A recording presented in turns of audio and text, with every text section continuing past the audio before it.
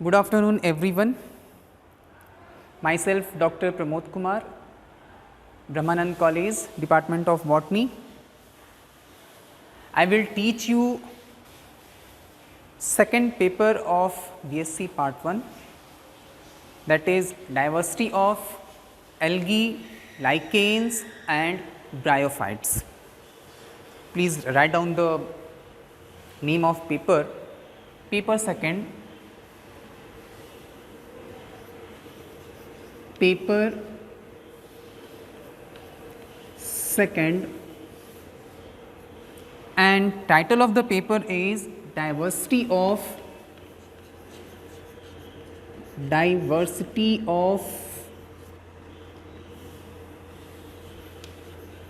algae, lichens and bryophytes.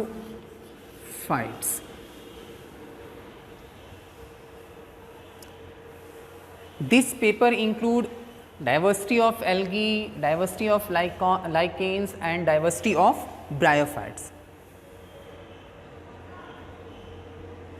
Algae और lichen, ये जो दो पार्ट्स हैं इसे आपको हमारे दूसरे कलीग आपको पढ़ाएंगे। मुझे बेसिकली आपको इस सेकंड पेपर में डाइवर्सिटी ऑफ ब्रायोफाइट्स पढ़ाना है। मीन्स मेरा आपको पढ़ाने का जो पार्ट असाइन हुआ है मुझको वो है ब्रायोफाइट्स। तो आप हेडिंग दे सकते हो डाइवर्सिटी ऑफ ब्रायोफाइट्स। ये एग्जैक्टली आपकी डाइवर्सिटी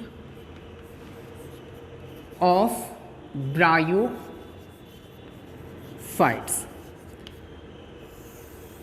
यहाँ से आपको ये तो क्लियर हो गया कि मुझे आपको एग्जैक्टली ब्रायोफाइट्स पढ़ाना है। इस पेपर को 4 यूनिट्स में क्लासिफाई किया गया है। Unit first, unit second, unit third and unit 4। Bryophytes का जो सिलेबस है वो यूनिट थर्ड एंड फोर्थ दोनों में प्रेजेंट है। इट मीन्स पेपर सेकेंड की यूनिट थर्ड एंड यूनिट 4 को आपको मैं पढ़ाऊँगा। तो यूनिट थर्ड और फोर्थ में जो ब्रायोफाइट्स का सिलेबस यूनिवर्सिटी ने आपके लिए बनाया जो है, मैं उसको यहाँ पे आपको मेंशन कर देता हूँ। आप उसे नोट डाउन कर सकते हैं जिससे कि आपको भी कन्वीनियंट होगी। जब आप बुक्स आपके पास हों, आपको अगर स्टडी करना तो आपको पता हो एटलीस्ट कि आपको क्या क्या चीज़ें अपने बीएससी पार्ट 1 के पॉइंट ऑफ व्यू से ब्रायोफाइट्स में पढ़ना है। क्लियर? तो आप इस हेडिंग के बाद हेडिंग दे दीजिएगा। ठीक है, यूनिट फर्स्ट और सेकंड में आपको एल्गी और लाइकेंस पढ़ने हैं, जबकि यूनिट थर्ड एंड फोर्थ मैंने कहा वो बिलोंग करती हैं ब्रायोफाइट्स से। तो मैं एग्जैक्टली यहाँ सिलेबस दे रहा हूँ, सिलेबस ऑफ ब्रायोफाइट्स। और ब्रायोफाइट्स के सिलेबस में यूनिट वाइज एग्जैक्टली आपको पढ़ना है यूनिट थर्ड एंड फोर्थ जो ब्रायोफाइट से रिलेटेड है। यूनिट थर्ड में जिन चीज़ों को इंक्लूड किया गया है वो आपको बता दूं। General characters of bryophytes, classification of bryophytes, economic importance of bryophytes, affinities of bryophytes with other plant groups like algae, especially algae, pteridophytes, and organization of gametophytic and sporophytic genera। तो आप लिख लीजिए इसे, general characters of bryophytes, their classification,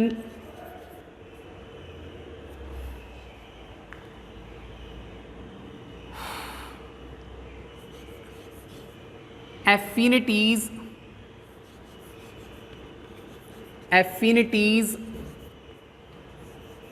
with other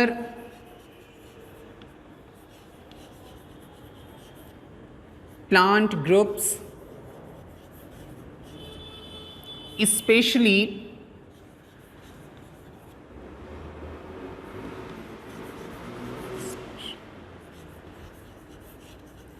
algae and pteridophytes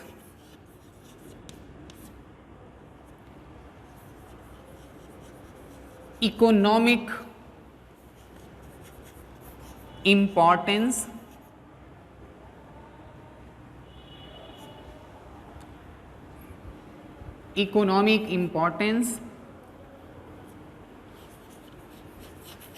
evolutionary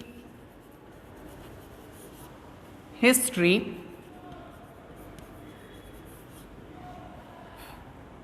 and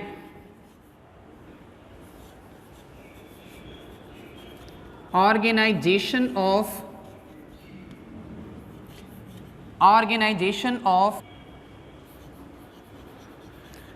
gametophytic and sporophytic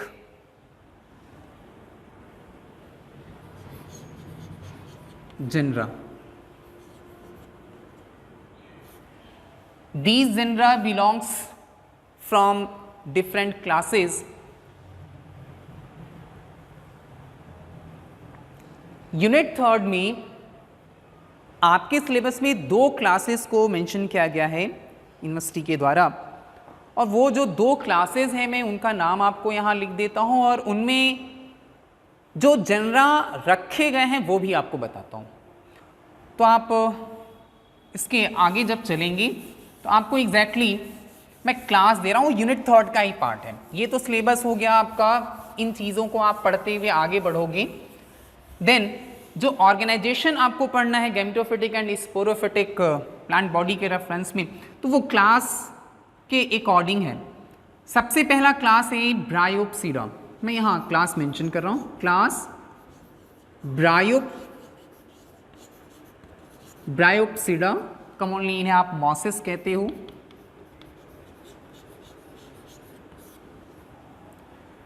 और इसमें जो genre bryophytes के रखे गए हैं, केवल एक जेनरा आपके सिलेबस में है। देखिए लास्ट ईयर आपका सिलेबस रिवाइज हुआ था, तो उस रिवीजन से पहले जो जेनरा ब्रायोप्सिडा क्लास में था वो था स्फैग्नम। रिवीजन के बाद जो उन्होंने जेनरा यहाँ लाया है, स्फैग्नम को वहाँ से हटा दिया है और उसके बाद अब यहाँ पे रख दिया है उन्होंने फ्यूनेरिया।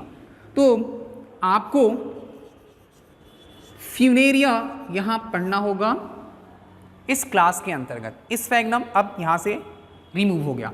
और सेकेंड क्लास जो यूनिट थर्ड में आपका रखा गया है, ये क्लास फर्स्ट है। Class second is Anthocerotopsida, commonly known as hornwort, and genera is Anthoceros.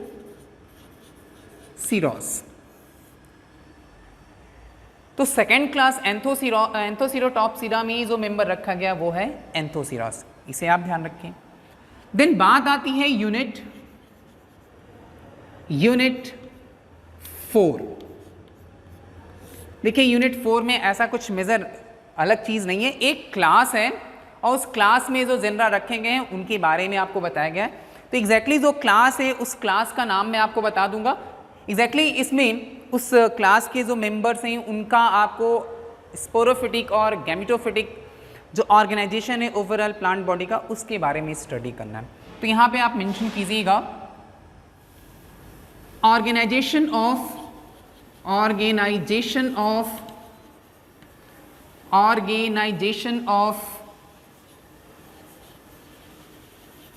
gametophytic and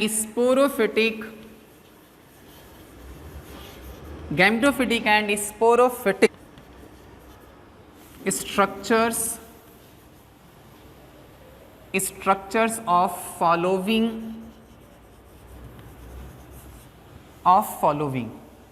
इसमें एग्जैक्टली क्लास है, ये आपका क्लास थर्ड हो गया। आप इसे कंटिन्यू करें। यूनिट थर्ड में क्लास फर्स्ट हो गया रैप्सिडा, क्लास सेकेंड हो गया एंथोसिडोटॉप्सिडा एंड क्लास थर्ड हो गया हिपैटिकॉप्सिडा।